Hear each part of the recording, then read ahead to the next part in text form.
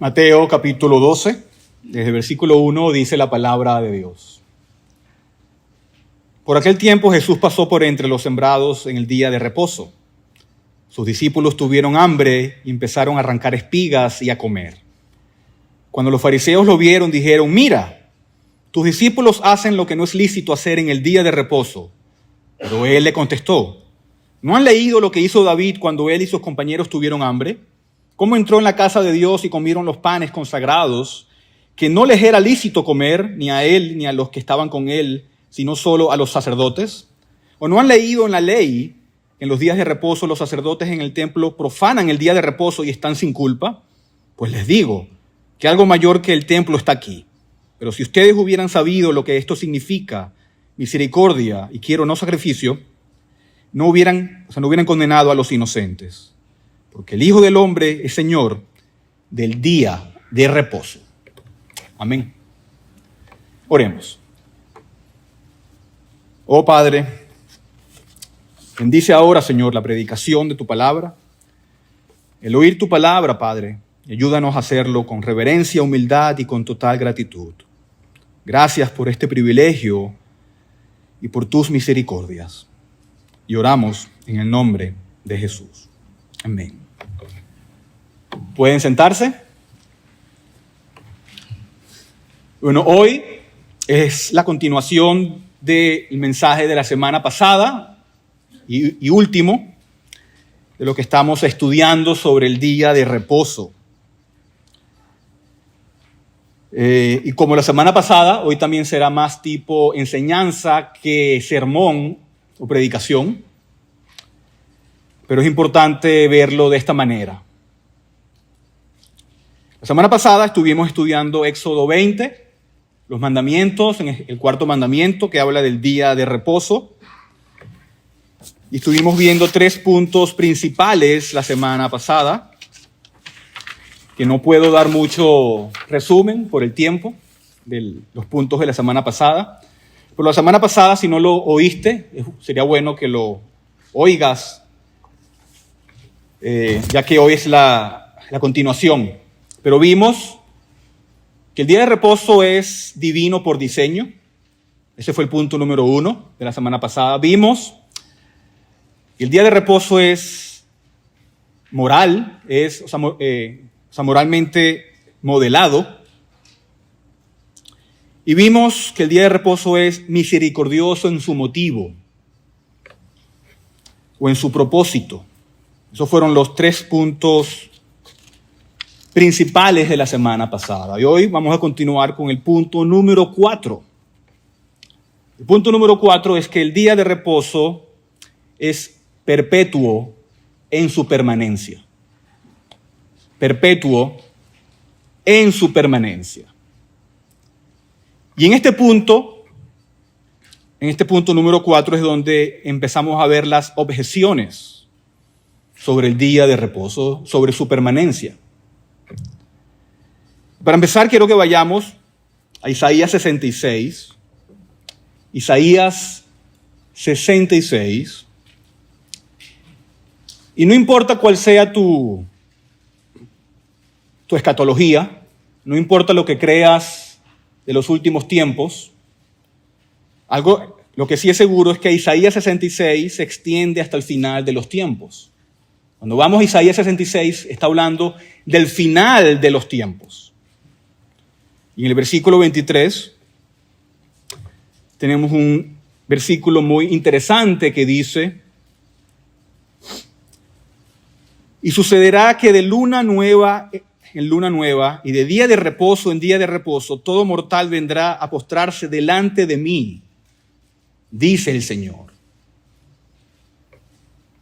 Estamos entonces al final de los tiempos y nos dice de luna nueva en luna nueva, que es otra referencia de la venida mensual a la adoración de Dios, a la celebración de cada mes en la adoración de Dios, pero también dice de día de reposo en día de reposo van a venir y adorar. ¿Qué te dice eso? Nos dice que hasta el final de los tiempos va a haber una observancia del día de reposo, algo que va a existir hasta el final de los tiempos. El Señor nunca ha quitado el día de reposo. Todavía está vigente hoy en día. Todavía necesitamos ese día de reposo para su adoración y para alabarlo. Y esto es muy importante hoy en día porque muchas personas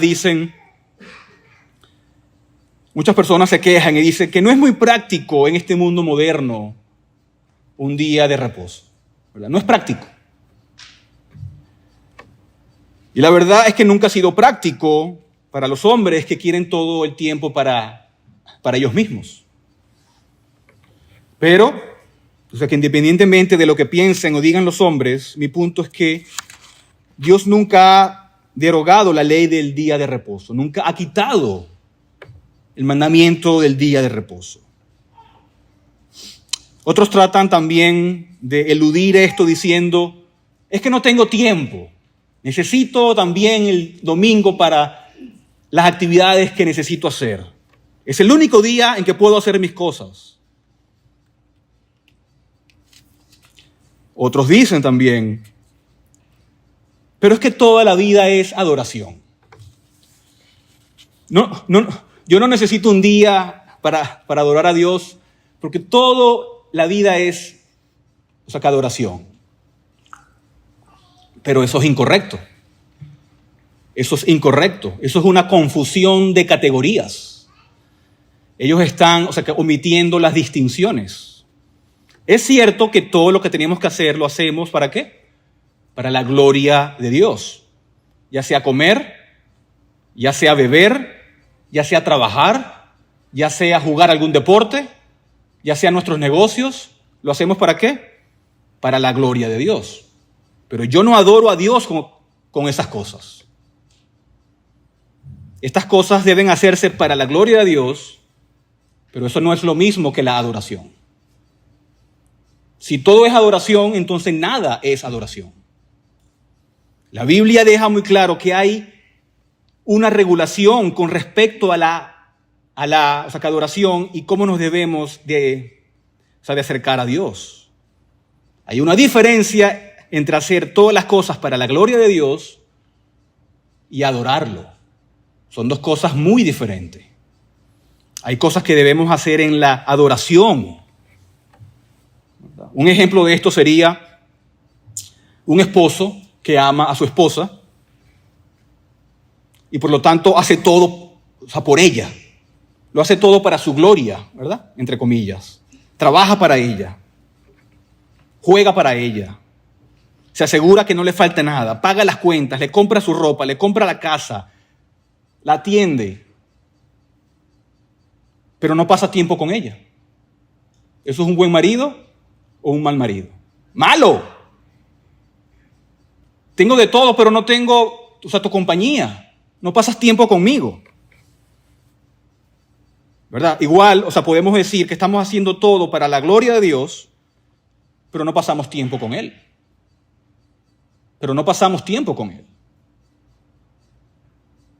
No buscamos su presencia. No queremos pasar tiempo con Él. Y eso es un problema.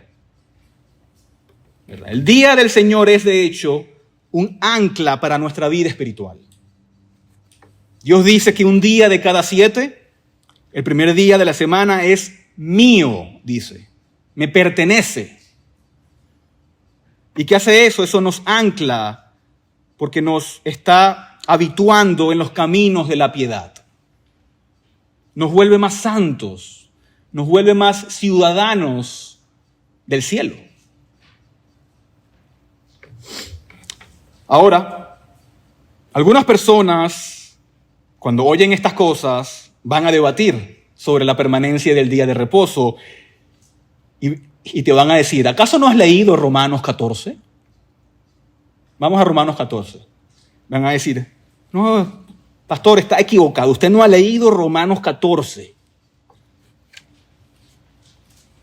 Pero vamos a Romanos 14, versículo 5.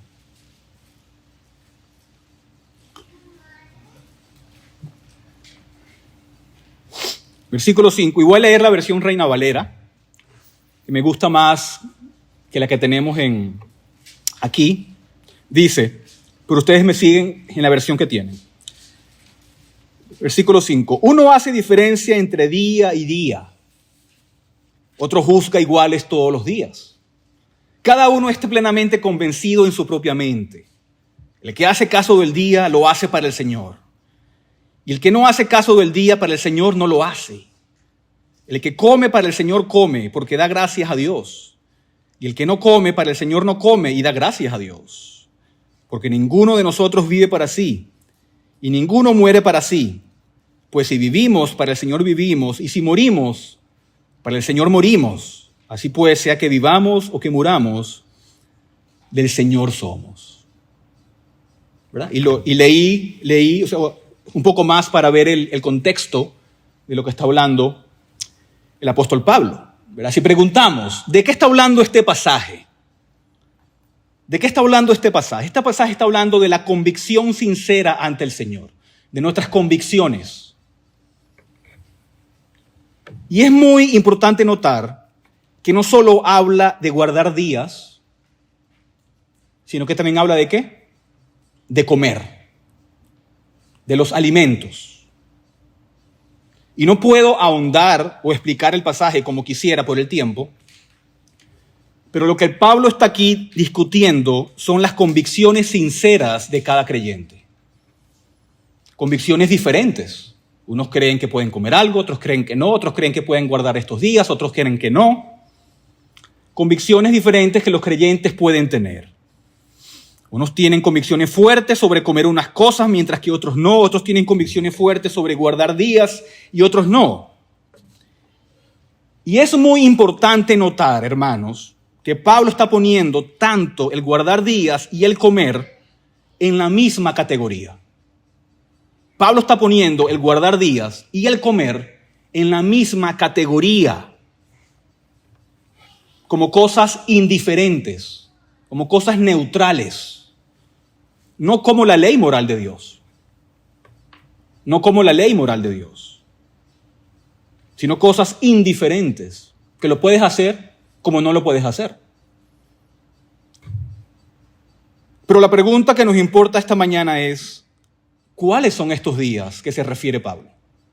¿A cuáles días?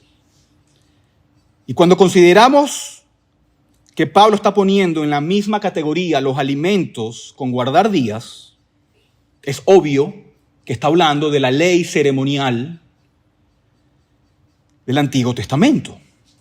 Está hablando de los días ceremoniales de la ley mosaica,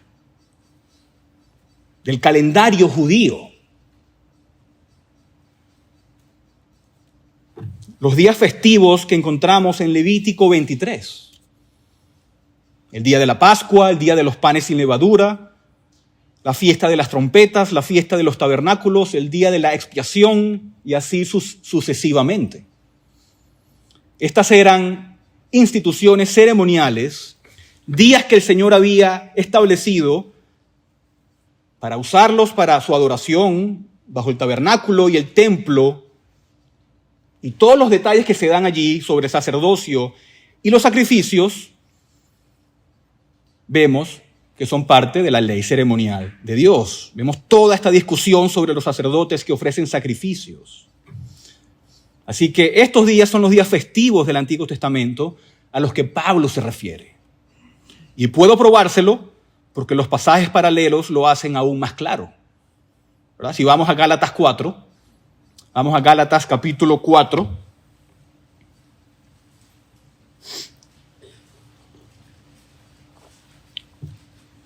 Versículo 9.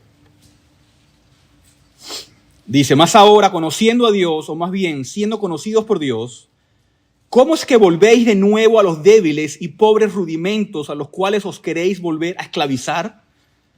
Guardáis los días, y es muy importante el plural, días, no el día. Guardáis los días, los meses, los tiempos y los años. Igual, está poniendo todo en la misma categoría de la ley ceremonial. No solo los días, sino los meses, los tiempos y los años. Y si preguntamos, ¿cuál es el propósito de Gálatas? Bueno, aquí Pablo está tratando a lo largo de todo este libro ¿verdad?, acerca de aquellos que están imponiendo las ceremonias a los cristianos gentiles, lo que llamamos judaizar. Y está reprendiendo eso, tal como lo hizo antes con la circuncisión. Está hablando de la ley ceremonial. Ya no estamos obligados a la ley ceremonial de Dios, pero a la ley moral sí. Ahora, vayamos a Colosenses 2:14, que es otro pasaje paralelo. Colosenses 2:14.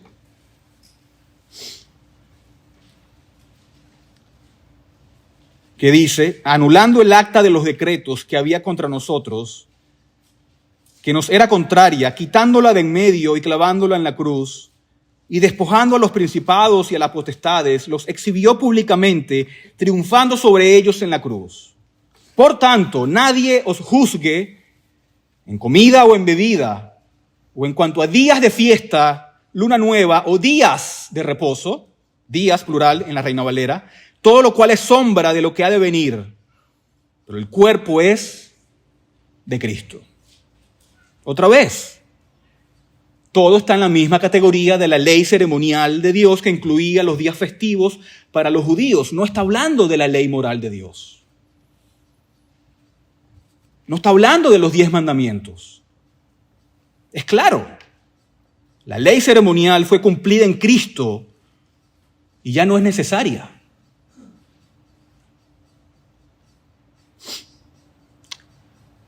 Un autor dice, las palabras de Pablo no pueden significar que los cristianos no estén bajo la obligación de observar ningún día sagrado, porque sus palabras acerca de la comida, que implicarían que los cristianos no están bajo ninguna obligación de un uso sagrado, de la comida, como en la cena del Señor.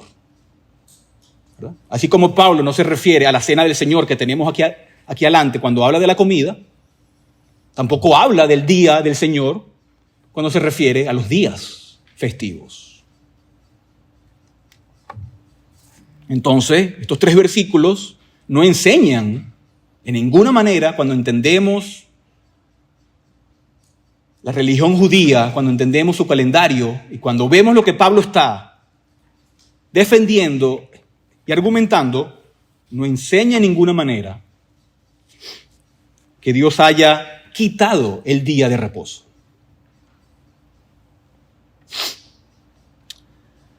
Entonces, aquellos que dicen, si guardas el día de reposo te estás volviendo judío. No, estoy obedeciendo la ley de Dios. Y es muy importante, como dije, cuando habla en el plural y el singular. Porque el día de reposo nunca se refiere en plural. Siempre es el día de reposo. Nunca son los días de reposo. El Sabbat.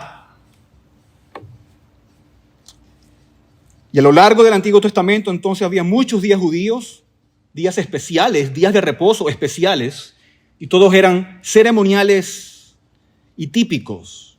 Y de eso es lo que Pablo está hablando en cada uno de esos casos. En ninguno de esos casos Pablo está hablando del día de reposo semanal. No hay ninguna referencia en absoluto al día de reposo. No podemos sacar el texto de su contexto para crear ¿qué? Un pretexto. El Señor nunca lo ha abrogado. Pero Dios sí lo ha marcado, sí lo ha movido de día. Sabemos que para los judíos era el sábado, lo que para nosotros es el sábado, y ahora lo ha movido para el domingo, el primer día de la semana. Y bueno, el Señor nunca dijo que Él bendecía el séptimo día de la semana. Él fue muy cuidadoso con sus palabras. El Señor dijo que Él bendice el séptimo día, no el séptimo día de la semana. ¿Verdad? Él nunca dijo eso. Él es muy cuidadoso con sus palabras. Él dice que Él bendice un día de 7. Un día de 7. Eso es lo que Él estipula. Es un día de 7. 6 días de trabajo y un día de descanso. Eso es lo que Él está estipulando. ¿Y por qué? ¿Por qué el día 1 de la semana? ¿Por qué el primer día? Bueno, tenemos todos estos ejemplos en el Nuevo Testamento. Vemos cómo el Señor Jesús repetidamente aparece el primer día de la semana. Mateo 28, Marcos 16, Lucas 24, Juan 20. Él se reúne con sus discípulos el primer día de la semana, Juan 20, 29. Derramó su espíritu en el día de Pentecostés, que fue el primer día de la semana, Hechos 2. La iglesia del Nuevo Testamento se reunía el primer día de la semana, Hechos 20.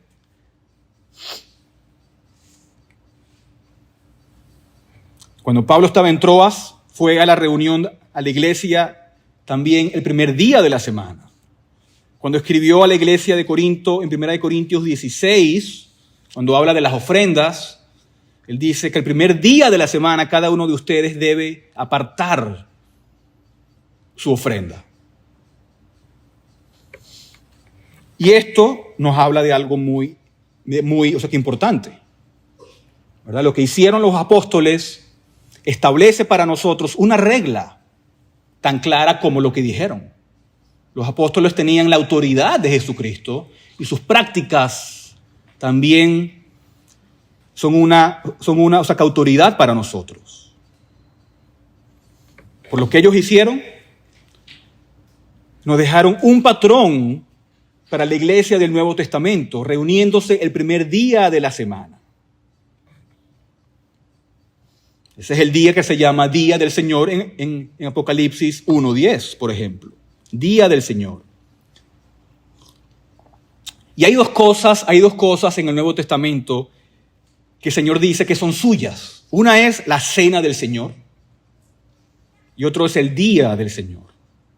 El Señor está poniendo su sello en el primer día de la semana como el reposo cristiano. Y ¿saben qué? El Antiguo Testamento también nos prepara para ese cambio. El Antiguo Testamento nos prepara para el cambio del sábado al domingo. Y no puedo ir para todos los textos que enseñan esto por el tiempo, pero vayamos al Salmo 118, por ejemplo. Salmo 118, versículos 22 al 24, que dice: la piedra que desecharon los edificadores ha venido a ser cabeza del ángulo. De parte de Jehová es esto, y es cosa maravillosa a nuestros ojos. Este es el día que hizo Jehová. Nos gozaremos y alegraremos en él. La pregunta es, ¿a qué se refiere esto? Este es uno de los textos más citados en el Nuevo Testamento. Se cita en Mateo 21, Marcos 12, Lucas 20, Hechos 4, Primera de Pedro 2. Y la Biblia, el Nuevo Testamento, de manera uniforme nos dice que Cristo es esa piedra que desecharon los edificadores. Ese es Cristo. Ese es el comentario del Nuevo Testamento de ese texto de Salmo 118. Esa es la interpretación del Nuevo Testamento. Y tan pronto como menciona eso, menciona también la resurrección de Cristo como esa cabeza del ángulo. Tan pronto como menciona la resurrección de Cristo, menciona un día que el Señor ha hecho, que ha formado, que ha modelado y que ha designado. Y no es una coincidencia. El Antiguo Testamento nos prepara para el cambio de día, tal cual como Ezequiel 43, 27, si lo quieres ver luego en tu casa. Ezequiel 43, 27. El Antiguo Testamento nos prepara para el cambio de día. Y el Nuevo Testamento también insinúa de manera clara el cambio de día. ¿Verdad? Si vamos a Hebreos 4, Hebreos capítulo 4, y sé que esto es un poquito más pesado de lo que normalmente es, pero es necesario.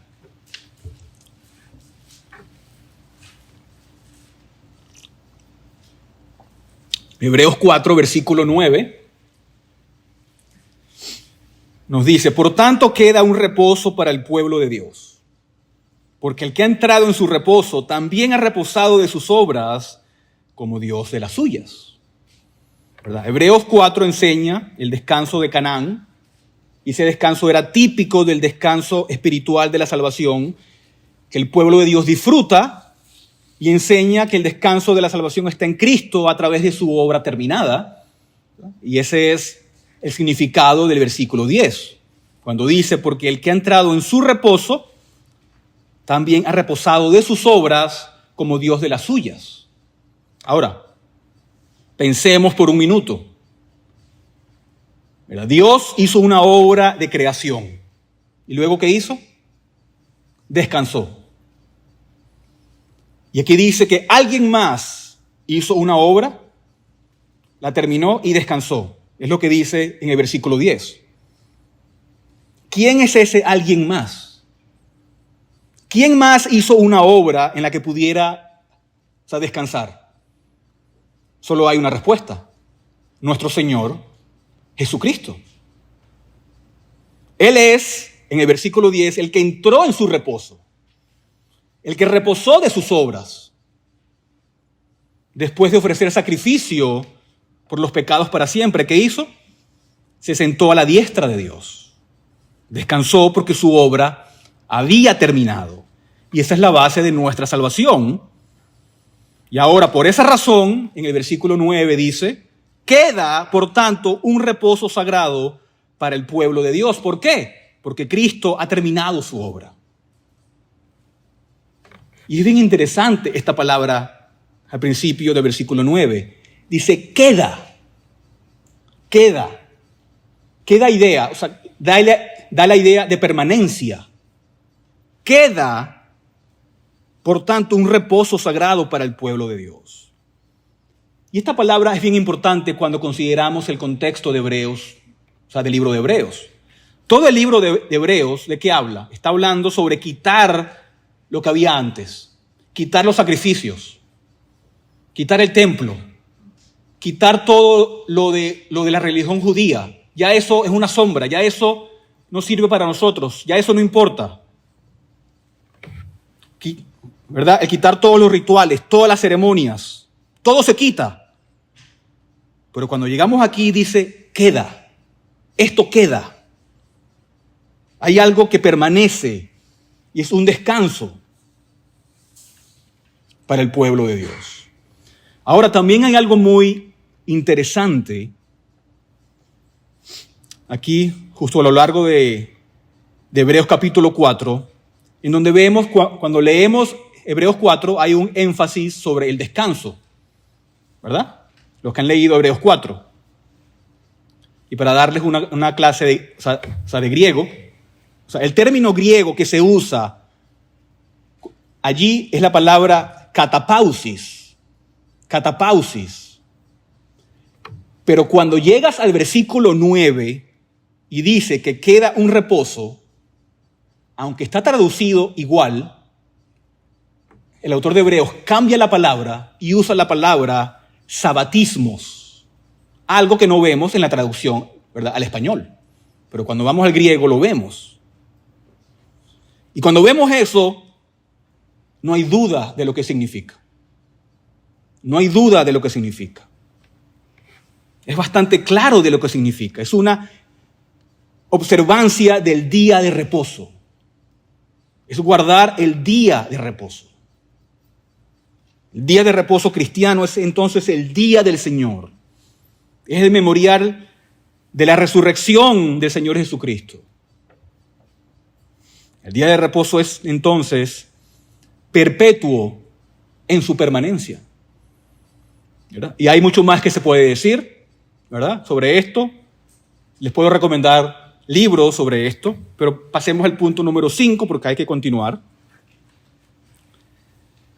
El punto número 5 es que el día de reposo es sencillo en sus señalamientos. El día de reposo es sencillo o simple en sus señalamientos. Ya hemos señalado, el día de reposo requiere descanso, requiere refrigerio, requiere adoración. Este día de reposo es obligatorio para nosotros hacer todas estas cosas, ¿verdad? Hebreos 10:25, ¿verdad? El mismo libro que estamos ahorita estudiando. Dice, no dejando de congregarnos como algunos tienen por costumbre, sino exhortándonos y tanto más cuando veis que aquel día se acerca. ¿Verdad? No debemos de abandonar la reunión, la asamblea de los creyentes. Y hemos visto que estas asambleas tuvieron lugar el primer día de la semana, conmemorando la resurrección de nuestro Señor Jesucristo, ¿verdad? Este día es cuando nos acercamos más al cielo. Es una muestra de lo que será el cielo, de lo que será nuestra morada eterna. En este día es cuando fortalecemos nuestra relación con nuestro Salvador. Este día es donde nosotros encontramos aliento después de una semana ocupada. Aquí es donde renovamos nuestras fuerzas para vivir para Cristo y para enfrentar el pecado y el mundo. Así que tenemos este precepto de descanso, de refrigerio y de adoración. Así es como debemos guardar el día de reposo. Este mandamiento prohíbe trabajar en el día de reposo y prohíbe el descuido deliberado de los deberes de ese día, ¿verdad? Como leímos en la confesión de fe, en el Catecismo Menor, la pregunta 61.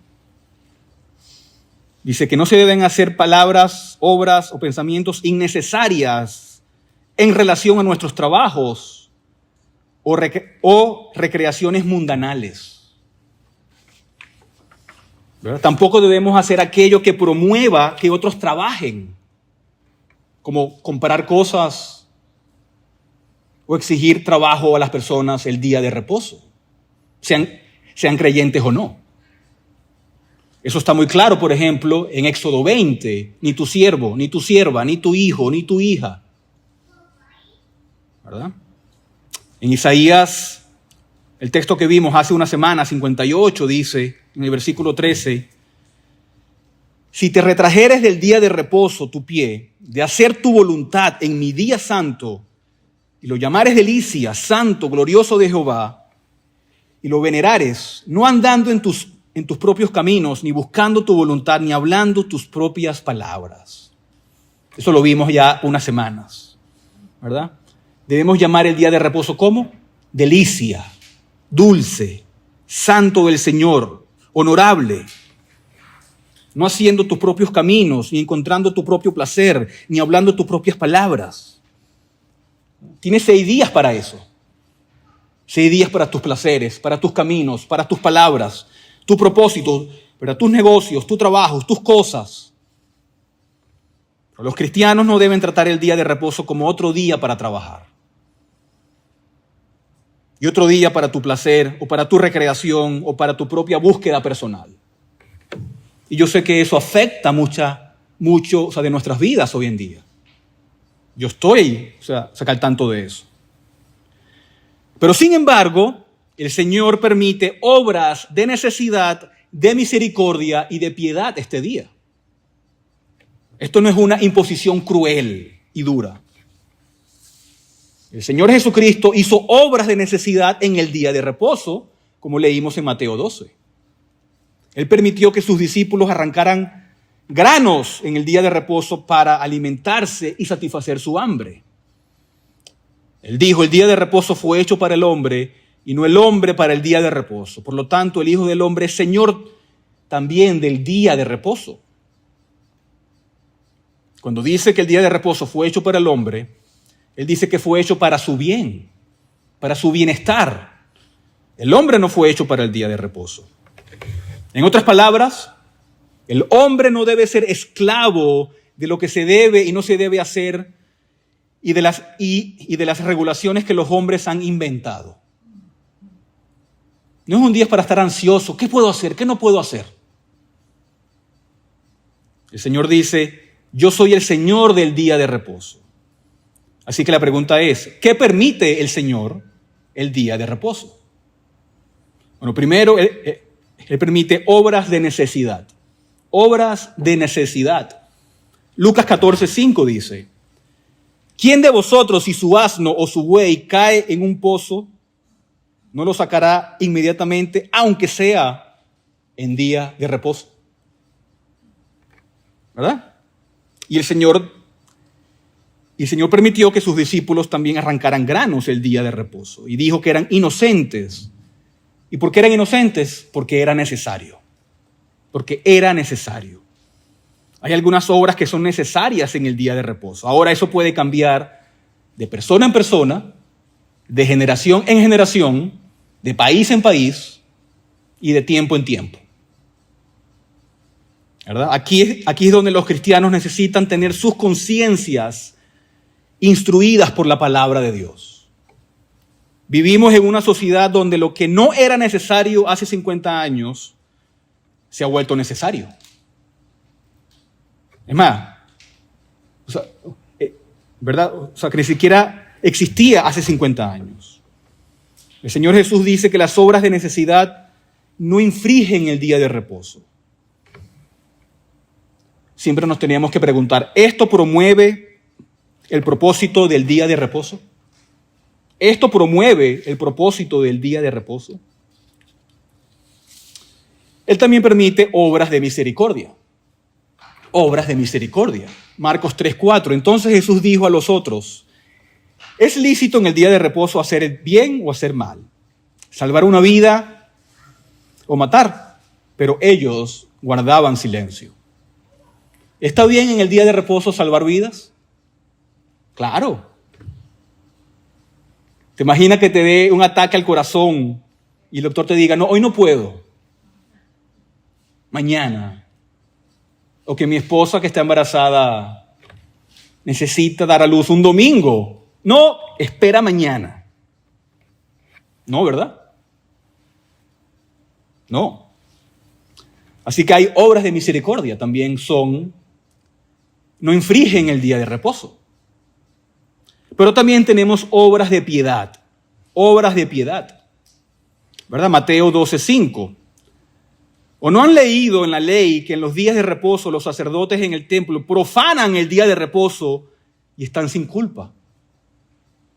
El día de más trabajo de un sacerdote, ¿cuál era?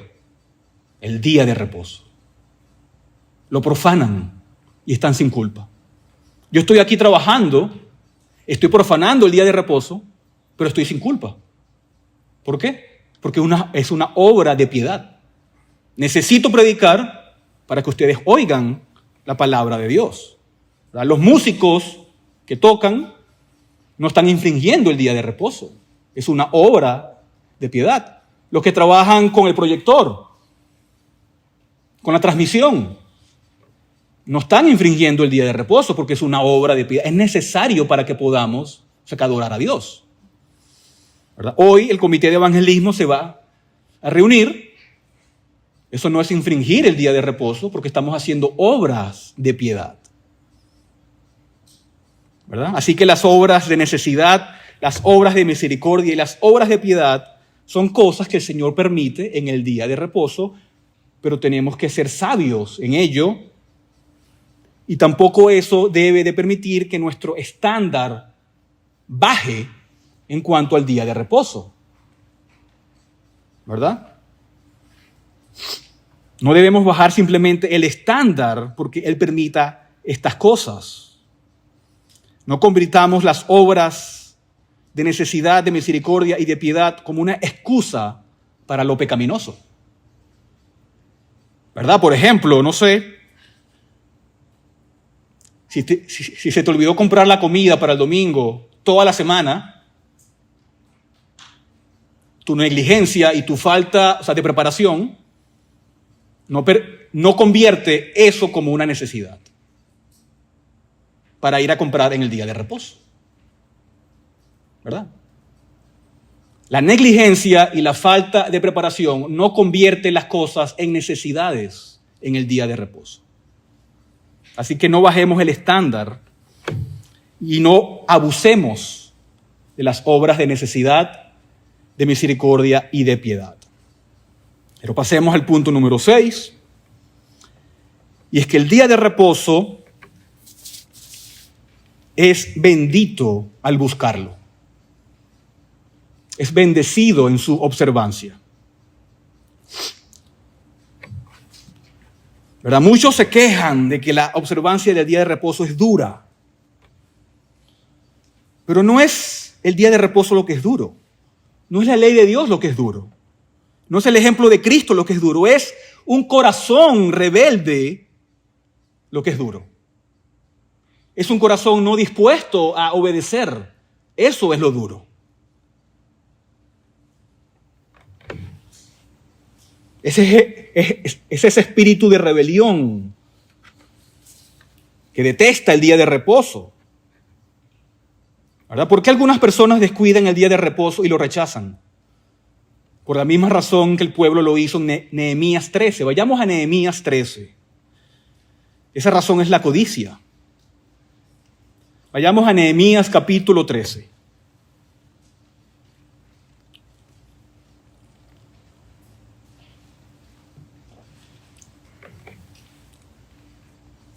Leamos desde el versículo 15 al 22 de Nehemías capítulo 13.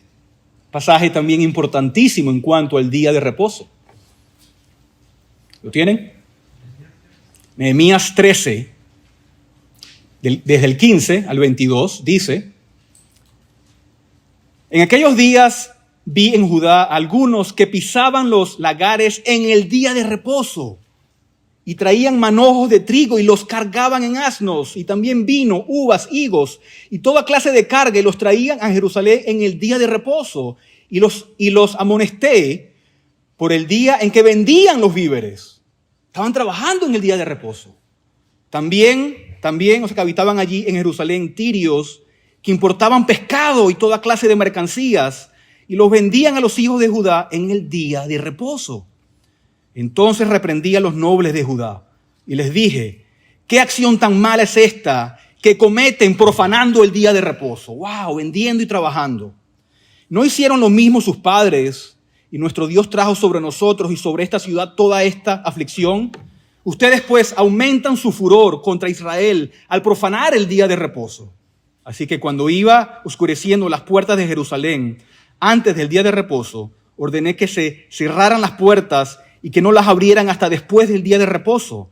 Entonces puse a algunos de mis siervos a las puertas para que no entrara ninguna carga en día de reposo. Pero una o dos veces los mercaderes y vendedores de toda clase de mercancía pasaron la noche fuera de Jerusalén. Entonces les advertí y les dije: ¿por qué pasan la noche delante de la muralla?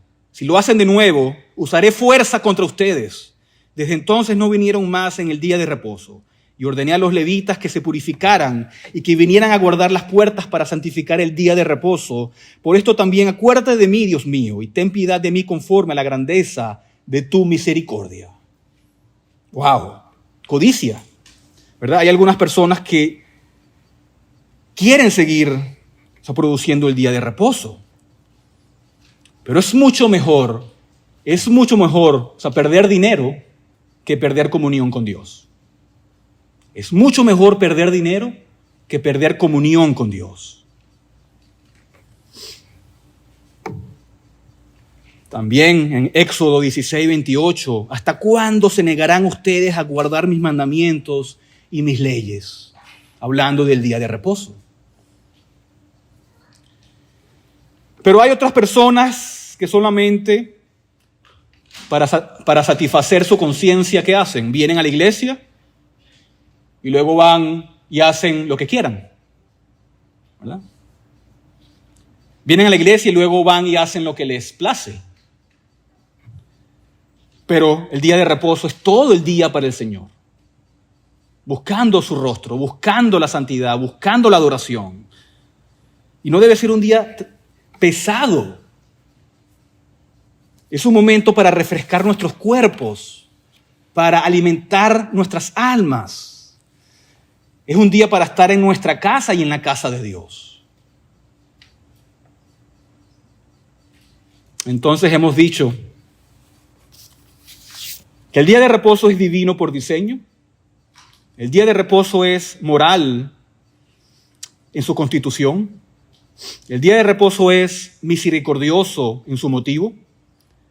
El día de reposo es perpetuo en su permanencia. El día de reposo es sencillo en sus señalamientos. Y el día de reposo es bendito al buscarlo. Y 7 y último, El día de reposo es cristocéntrico. El día de reposo es cristocéntrico. Señala a nuestro Señor Jesucristo. Te señala a su obra perfecta en la cruz del Calvario. Señala su resurrección. ¿Verdad? El resto de los días estamos involucrados en las cosas de este mundo.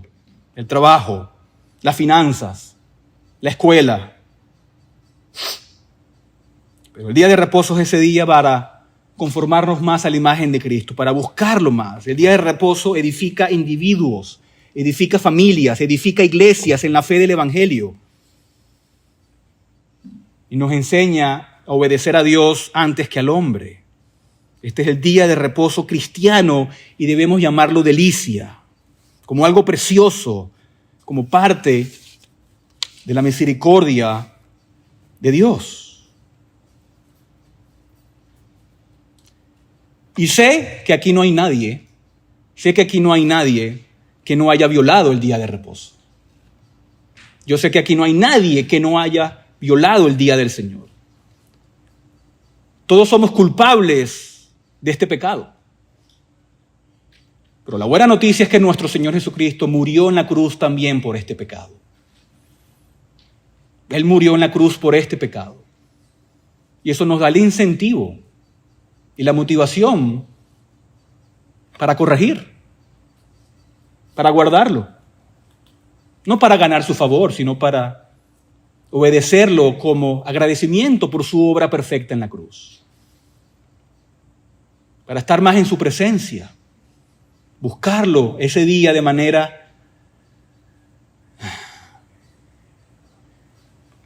continua, estar con nuestras familias y crecer juntos en la santidad y en lo que somos, los santos de Dios, y en nuestra ciudadanía de los cielos. Amén.